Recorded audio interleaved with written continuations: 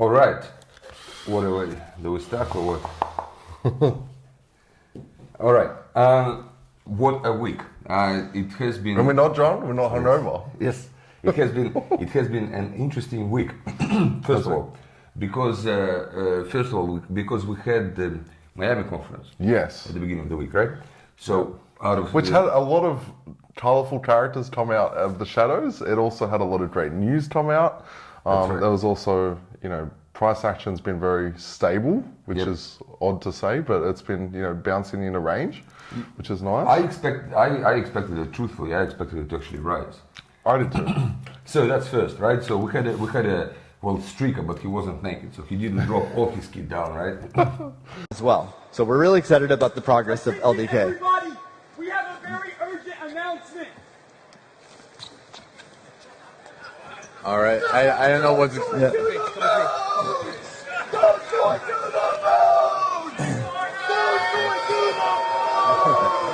Emma, The Dogecoin guy. That's right. Just getting the message out there, Dogecoin to the moon, and that was and Dab. That's cool. Also, we also had F Elon. Mr. F Elon. F Elon, the hashtag was there. Right. Max Kaiser, he was very colourful when he's like not in his suit and tie, wasn't he? He was indeed. Now, we also had El Salvador come out and say, and actually they done it very quick. They came out and said, so President announces that they're gonna start accepting Bitcoin as a legal tender in the country. And within 2 days, the Senate and everyone who needs to pass the laws, they actually passed the law to and it was a crazy landslide. It was like 62 to 84 or something in passing it. Yes. And from what I was told, I haven't read the document, but it was like 3 pages in English. There you go.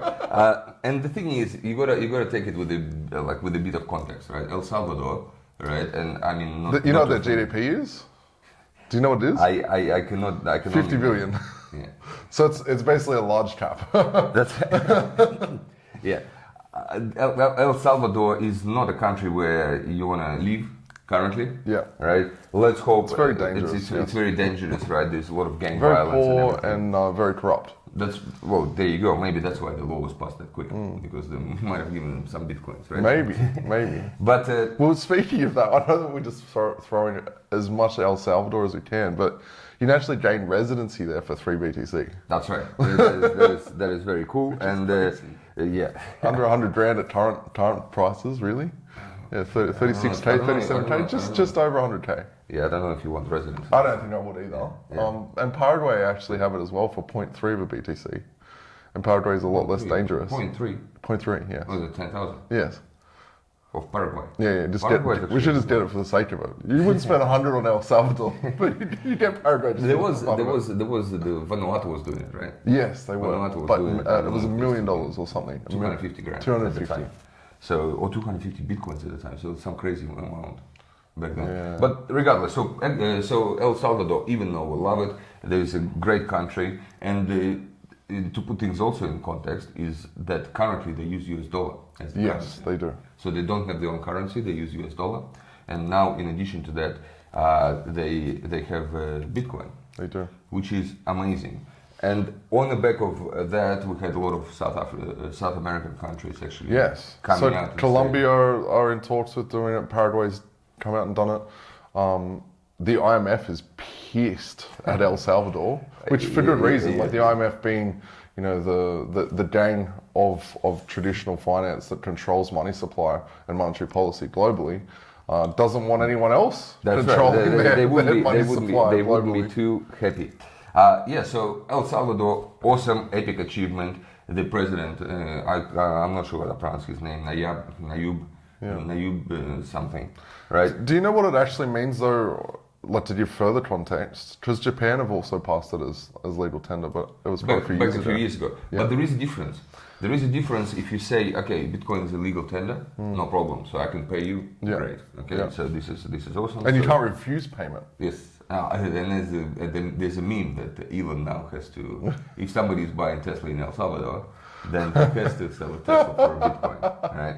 That's good. So Well, it's about 5 Bitcoin now, but originally it was 1 Bitcoin for a Tesla, if they could ship them there. But yeah, that's right. I'm not sure how many Teslas are in El Salvador, but you definitely don't want to be a Tesla owner in El Salvador unless you also own a little Little mini army, mini army, yeah. So, because But yeah, so Japan was the first, El Salvador's the second, and the beauty of this is they're both in trade in the United States. So therefore, the United States has to recognize Bitcoin as legal tender as well. And the more countries that get on board with this, the more it will happen. What this means, specifically in El Salvador, is there's no CGT, there's no capital gains tax, there's no fees or taxes in order to buy or purchase properties, cars, living expenses using BTC, and that's the goal for everywhere. Like, can you imagine how different life would be? How richer would you feel if there was no CGT? I don't know about you. CGT is a killer. Yes. It's a tax. Quite I don't literally agree a with, killer. but it's freaking crazy. Especially if you, after working, right? So you work, you pay for you pay your PAYG. You're already franked. Your wage is already franked at 47%, right? And then you go and then you invest your 47%, and it might double. Considering that you also risk your account being Money, frozen. yes. The account's being frozen, loss of funds, impermanent loss. That's right, everything. Anyway, that's a whole other topic. That's a whole other Saturday. What we're really waiting for, as far as El Salvador or any countries are concerned, is to accept Bitcoin as a reserve currency. Yes. As opposed to just a legal tender. Yeah. So if it is a reserve currency, that means that the government of any particular country can just keep it on a balance sheet effectively, right? On reserve, because at the moment, I think the way it will work is basically it will all be exchanged. So whoever is doing the exchange in El Salvador should be very happy. It's probably the president. He probably owns the exchange. Probably, yeah. That's right. Yes. Okay, so this is as far Big as news, very big news, and I think big news, yeah, we're going to see a wave. It's going to be a domino effect, I think, specifically in South America, Hopefully Africa. as well as and Africa, as well as Southeast Asia. I think we'll see a lot of second and third world Asian countries start to do similar suit. So. All right. Moving on to, we'll get to the education in a bit, all right? But I want to discuss something about the Russian hackers. Yes. Yes. So they are Russian hackers, are they? Allegedly, right? so for those of you that don't know, what happened was there was a pipeline going from I think Texas into the west coast of US. Yeah, the Colonial Pipeline. Colonial Pipeline, and the hackers group a few weeks ago, they basically came out and said, well, we got your software, and they actually started having we got your software that is responsible for pumping gas. Or pumping petrol, as we call it here, into those states, and if you don't pay us 75 Bitcoin, we will make it difficult. At the start, they weren't paying, right? And they did make it difficult, and there was shortages of gasoline. Oh, and cue some photos. There's and/or videos of ladies with plastic bags at gas stations filling up plastic bags, and then the bag just exploding because plastic, it melts. Yeah, it melts from petroleum. Remember, petrol melts plastic. Right? So just some of these memes and stuff that were happening there. It wasn't funny for those people because they were wasting a lot of money, and they were obviously in a very traumatized place and desperate space, but so they ended up paying. That's in a nutshell, they ended up paying, which was at the time $5 million. Right? I think it was 5 to 6. Q moved down a couple of weeks, right? So this week, and the FBI comes out and says they've been able to recover 60. They've been able to hack the wallet and recover. They say that they've been able to hack. The headline of every article: the FBI has hacked the Bitcoin wallet and recovered funds. That is what we need to consider here, is that whatever the news headlines say, it's not really what happened, right? The FBI, there's absolutely no way, so we'll come back to that. But yeah, so they say they've been able to hack it, they've been able to get 62.5 Bitcoins back, right? And then there is a question, right? And I think the narrative that the news are trying to push is that the FBI actually got the private keys, right? So hacked the private keys. right? So for those, that leads us on a little bit of education, but I think we've touched on it in the previous videos where you have a public key and you have a private key. Public key is the same as your bank account number. Private key is the same as your password, effectively. And the easy way to understand is a public key is a credit card, the private key is your bank account that it's attached to. Okay, there you go. All right, that's I haven't thought about this context, but nice. And the thing is, there are a couple of theories what has actually happened, right? And we should probably discuss a couple. So the first one that everybody thought, like, first of all, Bitcoin network is safe. FBI did not pick seed phrase or a private key. Absolutely under no circumstances. They didn't brute force it. They didn't guess it. They didn't hack it. That's right. So 100% that didn't happen. Yes, a lot of people came out, and FBI, for obvious reasons, are not telling us how to Of course. done, right? And the reason they're not telling us is because they don't want anyone else to protect against it. Yeah. But I think what actually happened is this. Hold on. What a lot of people think happened was that the hackers moved the bitcoins before they offloaded. There was a couple of transactions, a few transactions actually, from the wallet that was received into the wallet that was actually arrested. Let's call it that. And what they've done, some say that they went to Coinbase. Yeah, one of those addresses was a Coinbase or crypto.com. And basically, then FBI would go to Coinbase or crypto.com and say, hello. KYC, who's this person, yada, yada, yada. Yes. I don't think that's what happened, right? And just for the sake, you can't be smart enough to hack a pipeline and then dumb to use a custodial wallet. Yes. That's not how. Or America's biggest on-ramp, off-ramp. Yeah, that's right. Yes. So what I think happened is this, and this is before. This is all speculation too. This is all speculation. But I spoke to my friends who are very smart in this area, and that's the consensus that we came up with. Yeah. Security consultants. That's right, security consultants. Essentially, what I was always saying, the narrative up until recently, and even now, has been that Bitcoin is anonymous. Bitcoin is anonymous and nobody can trace it, etc. Blah blah blah. This obviously shows us that it's not. Yeah. And what the FBI has done is basically, okay, you have a receiving address for the Bitcoin ransom that was paid, right? Yeah. So bang, done. Okay, and then you see the Bitcoin moving everywhere, right? So you see it moving to this address, then you see it moving to this address, moving to this address. Anyone can do it, right? So you just go to blockchain.info and trace it all you want, right? So you will actually see the transactions, but you will not see who they belong to. That's right. So then, and all the way back to the start of the blockchain. This is a bit of education. Like the very first transaction that was ever sent, the very first one on the blockchain is there, and you can look at it today. Actually, yes, that is the education, right? So essentially, all the transactions that ever happen in Bitcoin network or any other blockchain are visible, all right? Forever in real time. Yes, and so what happened is this. So there's been a few transactions, right? So basically, think of it as money going from account to account to account, and they see the account numbers, right? Yeah. And they traced it to a particular account, right? And at this particular account, right, maybe, and I think that's what happened, is they basically they basically looked at the data packets at the particular time, because on blockchain you see the transaction happen in a particular time. Yeah. And wherever it stopped, you look, okay, this transaction happened at say 13, 14 seconds, whatever, milliseconds, right? Yeah. So it goes that low, right? And at that particular time, FBI goes to internet providers and goes, okay, what happened in this particular millisecond? Yeah. Right? And they see geographical position. They either see geographical position to a VPN, right? Yeah. So then they see some, I don't know, Nicaraguan VPN or something, right? Which is more likely. Or they see it to a particular computer. And this is to the millisecond. So there's only, there'll be a ridiculous amount of things that happen globally on the internet at that millisecond. But they go for Bitcoin. It's a much smaller, it's a much smaller needle in a haystack than looking at the whole internet for 24 hours. Yes, so they look at this, right? And they basically go, okay, if it's a VPN, they contact the VPN and say, here, we got a warrant, etc. Right? And give us more information. So what I think happened, they actually pinpointed the geographical location of the person that was transferring it, came to him, and said, well, good try, but transfer away, right? And I think that's what happened. And this is once again just a speculation.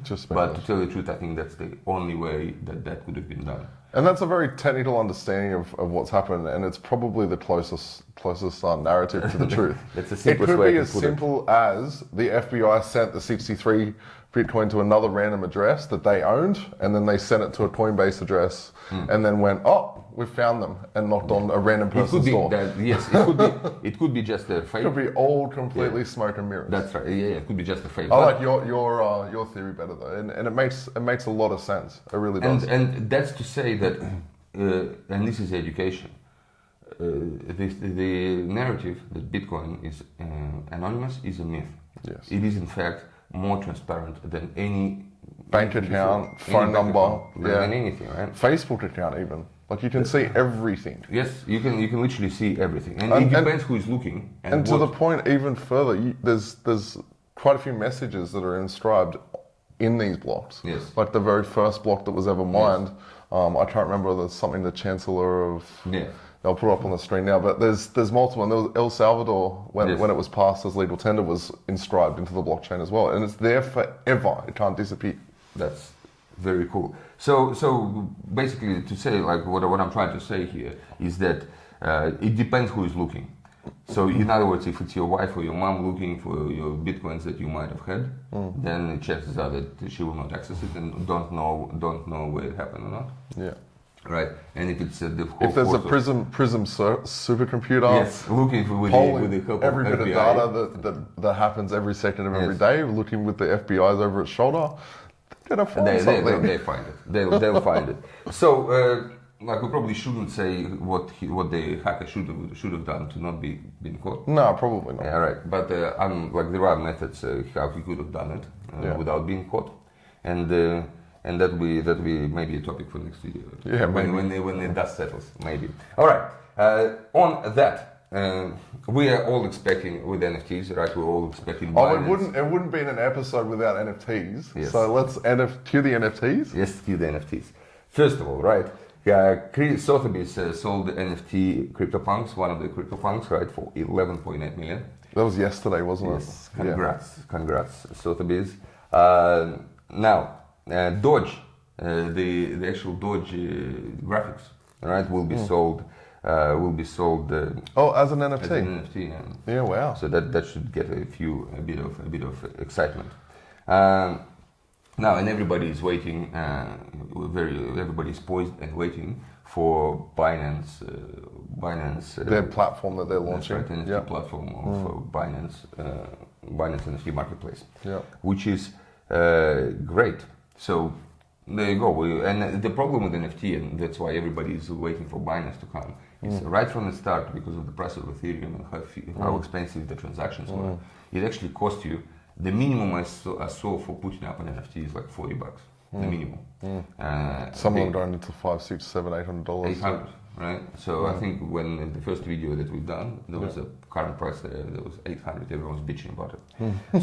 so but with Binance, what we All wanna the see- producers of 60 Minutes are like, $800 for what? Yeah. You're gonna mint what? Yes, that's right. So what has happened like is basically Binance is a lot cheaper than Ethereum, right? Because it's not a true kosher decentralization. Yeah, it's an internal transaction that's happening. Yeah, it's internal transaction that happens, right? Yeah. It's perfect. Everyone's happy. Nobody notices that it's not really. Well, it's actually haram. Yeah. It's not actually haram, but What's wrong? haram means as a Muslim you can't use it. Oh, okay. Yeah, so it's like but yeah, you can use it whatever. But Yeah. I'm just joking to say that it's not the one we like as a decentralized guys. Now, so that's that. And with Binance, the minting of NFT will cost you in the vicinity of like $2, maybe up to $4. And not to mention that you've got this huge marketplace like that has the biggest volume in the world, and eyeballs in the millions and upon millions of viewers per day looking at that platform. So there's there's a lot of opportunity for people to make good money selling on Binance. Indeed, and it's a lot more cheaper, right? So, okay, so we got Biden's aid put up to 5 million into Bitcoin. So that's nice. Binance aid is doing well. I was reading as well that one of the top tech advisors to the White House owns $1 million in BTC. That's personally. right. Well, I think that's the news, right? That and is the the reason news. we have discrepancies because I get the news sent. I can't read by my Russian that team well. In Russian, so that's why. Yes, I'm a little more prepared, right? So I thought like, but I. It's not that I was just reading your mind, but Yes. Now, Tyler Winklevoss, right, Yes. keeps going and saying that Bitcoin will hit 500,000, and I'd like to agree with him on that, and I think he is right. Now, yeah. So I watched the interview with him at Miami, and his brother Cameron, and apparently they haven't sold any of the BTC they bought when they put $1 million into BTC when it was $100 in 2013 with their settlement money out of the Facebook settlement. Yeah. So apparently this is what they both said, that they haven't sold anything, and Anthony Pompilano asked them why, and they just said, we think that it's going to hit at least a $10 trillion market cap, which is 10x from where it was, around the $60,000 mark. Which is the same market cap as gold, and we actually think, this is them talking, we actually think that the gold market cap will start to shrink as the BTC market cap starts to grow. So to them, they're looking at, minimum 500K is when they would start selling, and then, the even more crazy thing to think about is when it hits 500K, what's the point in selling when you can just borrow against it? yeah. So And that's another thing, right? So as far as they are quite literally the infinite holders. Yeah. And this is all what they've said. We don't have any proof to say that any they've proof never of sold. that or anything, right? But having said that, it's not really cheap to have an exchange and keep developing. It isn't, right? no. So but I'm sure they're having said probably that, But having said that, they already obviously at the start it was they were putting money in, right? But Yeah. now it's a famous exchange. It's a very famous exchange. They have 250,000 people on the wait list just for their credit card because they're giving 3% cash back in BTC for all purchases. There you go. So the other crazy thing to think about is there's only around 71% of all BTC that is owned, including Satoshi's BTC, is sitting in private wallets, not being touched for a long period of time. So the actual liquid market of Bitcoin across all exchanges, not including derivatives, is like 29%. Less the ones that we. Well, I guess that includes the dead ones. That includes the dead ones and all ones that, there is some of these sleeping giants. There was one that recently woke up that was, I think, 300 BTC that bought in 2013 that moved some out like in the 50K run up. Yeah. So there's still, there's dead wallets in that 71%, but there's still definitely people that are holding indefinitely. What is a dead wallet? And what is a dead wallet? We maybe should say that. So a dead wallet, between 17 and 21% of all BTC wallets that are in existence, people have lost the private keys. So losing the private keys is like losing access to your bank account. No, except it's not, there's you no can't, place to call and say, hey, can't get into my bank Yeah. account. It is just gone, like completely gone. That is what I also want to talk about, right? There is a definite market for what we call a dead man switch.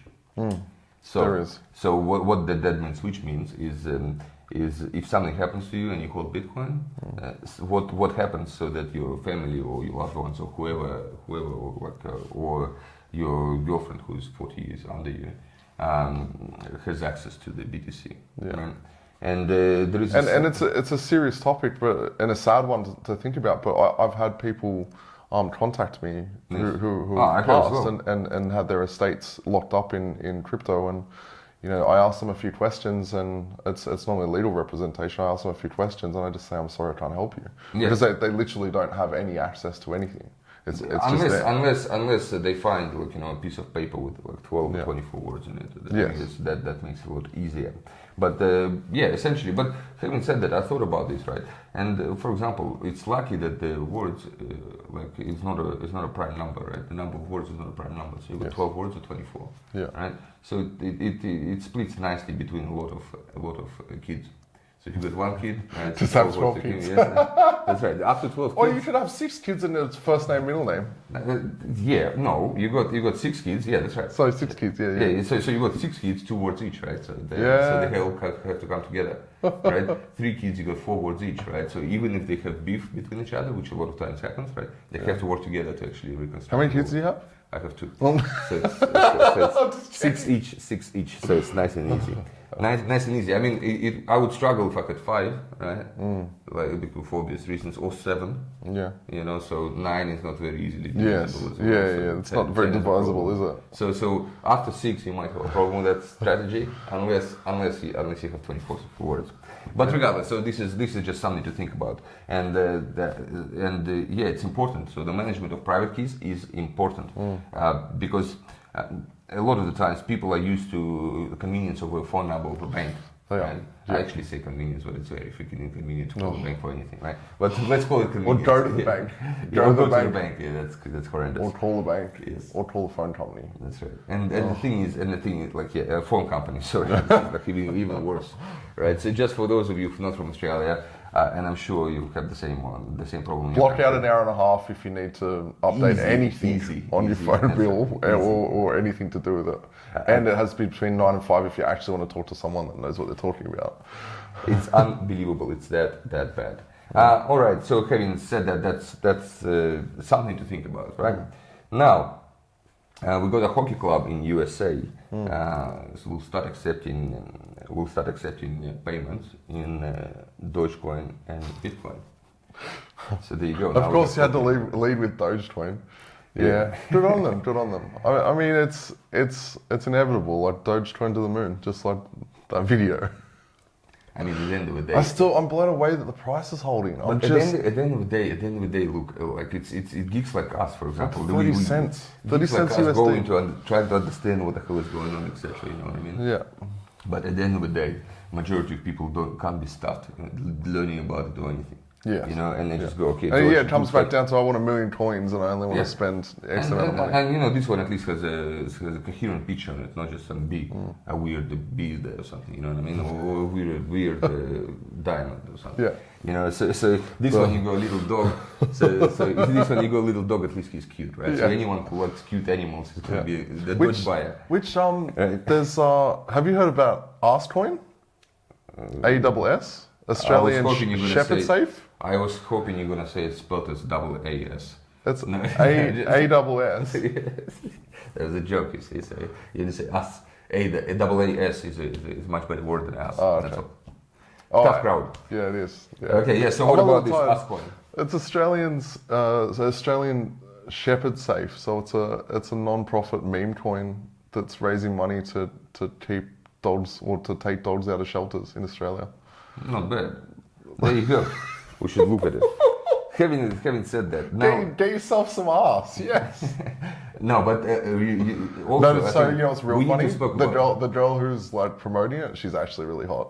there you So yeah, she's promoting her ass. yeah, she's pretty cool. Yeah, I guess she is. And not the first time in history that's No, ever happened. definitely not. A girl would never promote an ass before it. I mean, lucky we have a coin called ass. Now, what did we mention Camrocket and Elon's little? Yeah, little we did puzzle? last week. Yeah, Yes. yeah. All right. Oh well, that was amazing. Like, and I didn't get involved in it. There's a guy who actually created it. He's called the Gambling Lord.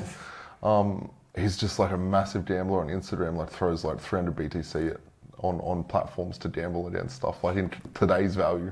Nice. And he's the one that created that. So he's created quite a few things in the space. And yeah, Elon found Cumrocket and he wanted to be involved in Cumrocket. So he tweeted about it and it went up Wow. 7 or 10 times in a day and And then it straight came back down again. I mean, why wouldn't you be excited about something that's called Camrocket? Yeah, It's freaking amazing. definitely. All right, now we've got. The other thing to note as well, we've been trading very much in a range of the 40 to 30k mark USD BTC, but there's a lot of coins that are hitting all-time highs at the moment, with BTC pulling back over 50%. There's also a lot of coins that are just outperforming BTC and ETH, which I think is a really good sign. It's a very healthy sign. Yes, it is. The market is maturing, and nobody is. A lot of the projects actually come into legal return, which is awesome. Except Now- for ADA, because they still don't have a we working spoke product. about that. I think we spoke about the ADA, right? Yeah. So Which I own some, and full disclosure, but A lot of, like, the thing is, we still, like, I mean, everyone's bitching about Ethereum not being able to pull it up, like to follow. But it's the price is holding compared to what BTC pulled back. Because there's always easier and better to expect it, right? So you basically expect something, then you can sell it for a lot more. Yeah, like BTC ETH pair, ETH is well and truly outperforming BTC right now. Yes. Yeah, which is great. Which is indeed great. Now, Fidelity Investment came out and said that they expect Bitcoin at 23,000. Is that what do you think? We talked about this before the camera went on, and I've seen people, talking about, we're going to hit 10K and, we're going to hit 20K, and I still think there's a possibility for high 20s, like 28, 27K. But like I said at the start, like if you get enough people subscribing to a methodology, which is technical analysis, you can go back and find support and resistance all the way down to 3 cents when BTC was 3 cents, or even when it was at no cents. You could find support and resistance. Well, you definitely buy Bitcoin at no cents. Yeah. Cents, yeah. So I would put a little support wall there. Definitely. Like I personally, can't remember if I mentioned it last week, but I bought some at 35. I bought some at 31. I've got orders sitting down lower. I don't think that they'll fill, but they're sitting there, and I'm just taking it as an opportunity to strip up as much as I can while it is cheap. But could it go down that low? Anything is possible. But what I've also seen from being around this market as long as I have been is the more people that subscribe to this is what's going to happen with Definity, the more the market goes, hey, I'm going to do the opposite. and it completely surprises you. And a lot of the times it's just, it's really cool. Now we came out and, our ACCC in Australia, right? I love it. I'm looking at his screen and there's an Australian flag and everything's in Russian. So they say, so basically the news here is that ACCC has done the numbers, right? ACCC is the organization that looks Australian consumer, what is it? Yeah. Whatever the hell it is, right? Put it on the screen somewhere. Yeah. Whenever you do The Australian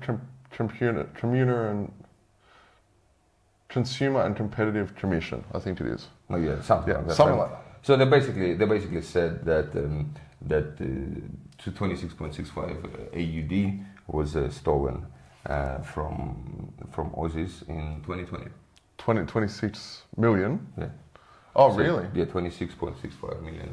In BTC and using crypto scans. Oh, wow. Using crypto scans. Using crypto scans Bitcoin. Because a lot of the times what happens, as far as crypto scans are concerned, is, and as an exchange, you need to be careful reading that, right? Yeah. And that's how you know it. So what happens is this, right? So somebody from Nigeria or what other country contacts somebody who's lonely, for example, and says, send me a ticket. Like they get the relationship, etc., right? Yeah. Send me some money for the ticket. Western Union is not good. All these other things is not good. What you need to do is basically go to an exchange, buy Bitcoin, and then use these Bitcoin to send it to me. That's how you do it. And basically, the majority of these scams come from, a lot of them come from Africa and Nigeria. And the reason being is like it's a very, very poor part of that country and they don't know anything else. So there's a group of these people that this is how they make their living. Well, yeah, it's a whole industry. But and the thing is, and basically, so people, gullible people go. And well, that's why they say they're from Nigeria. Did you know that? The reason it's part of a disqualifier in their sales process to say, hey, I'm from Nigeria. And if you're smart enough to know what a Nigerian scam is, then you won't be interested. But the people that don't know that are the ones that start biting. That's how they filter. It is how they filter people. They say, hey, I'm a prince from Nigeria. Okay, that is part of their filtering process, exactly. Unbelievable. But yeah, so 26.6 million AUD was stolen. But it's also like, that article's about BTC and about cryptocurrency. They're also using things like iTunes gift cards. There's calls, Amazon gift cards. There's calls that I've got that are saying, I'm from the Australian tax office, and if you don't press 1 in 3 seconds, you're going to be arrested immediately out the front of your house.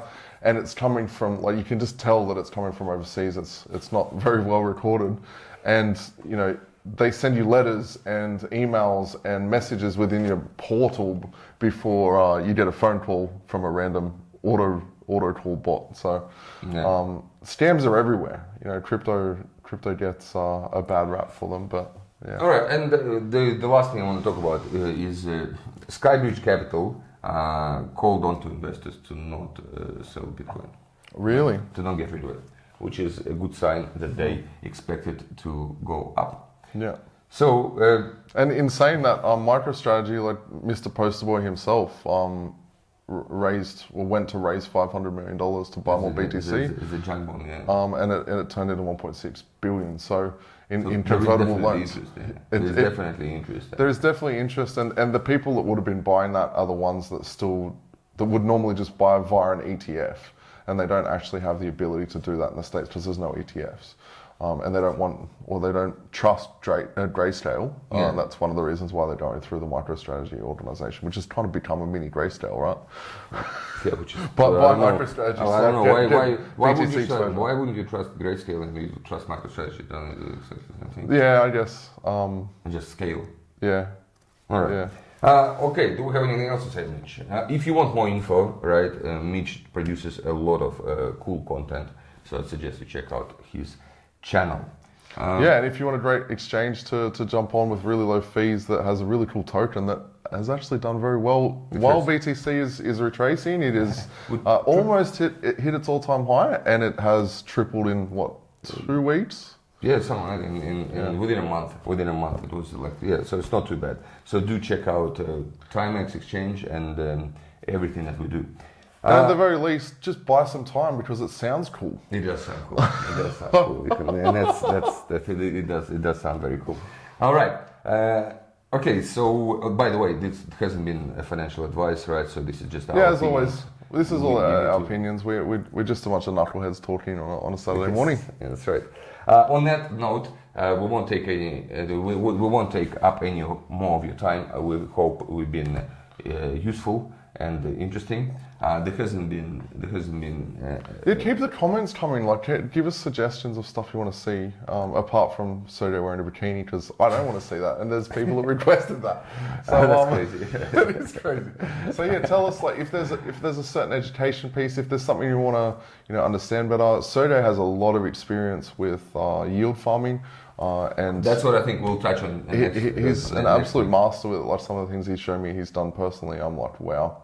And it's not something that I'm strong in. Like, we all have our own strengths and weaknesses, and if you honor your strengths and continue to build upon them, it makes you really good at what you do. It's a lot, yeah. It's like you kind of build on it, and That's right. And then if there's someone that's doing what you want to learn or do better, then seek them out. And he's one of them when it comes to yield farming. So if you want to see that, comment below. We'll talk about it next week, though. We will talk about it next anyways. week about yield farming, if we won't forget or get pissed.